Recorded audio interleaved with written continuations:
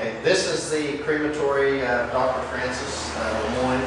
The stove that you're viewing right now is the original stove that was in the prep room of the local crematory. The only thing that has been done, needless to say, is the pipe has been removed, and basically that was to keep the birds and the squirrels from coming into the building. The Baron de Palm is and was the first person cremated in the LeMoyne Crematory in Washington, PA. He drew quite a crowd for the cremation since it was a totally unpopular item at that time. The graffiti that you see on the walls of the crematory comes from a majority of the young people and the students from around Washington, PA. They actually put their names and their hometown locations, and a lot of these in the preparation room were from Trinity Hall, the Washington Female Seminary, and Washington and Jefferson College students. This was found under the wallpaper, which they assumed was original when they worked on this in 1990.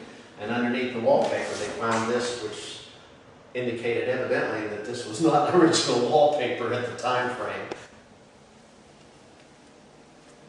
It is very exceptionally heavy and has a peephole in it so that they could look in to see the condition or what was going on, you know, with the body being cremated at the time.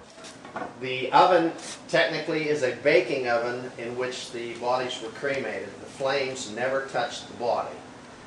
The flames were created in the bottom chamber by burning coal and coke, as in the steel mills, and the flames therefore never touched the body.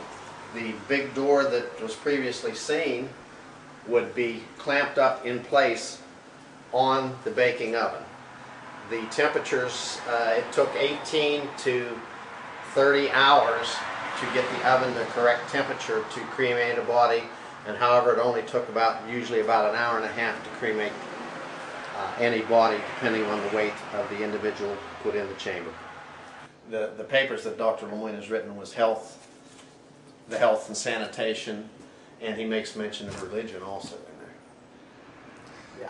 Personally, I think this is one great building because the typical old thing, it hasn't been screwed up. You know how we do things, and you know, I mean, it's a wonder nobody had sold it and made a garage out of it or a small apartment or something. Like I say, it's untouched, and the restoration consists of a lot of cleanup and a new metal roof. And his ashes are set underneath the headstone here. He was way ahead of his times.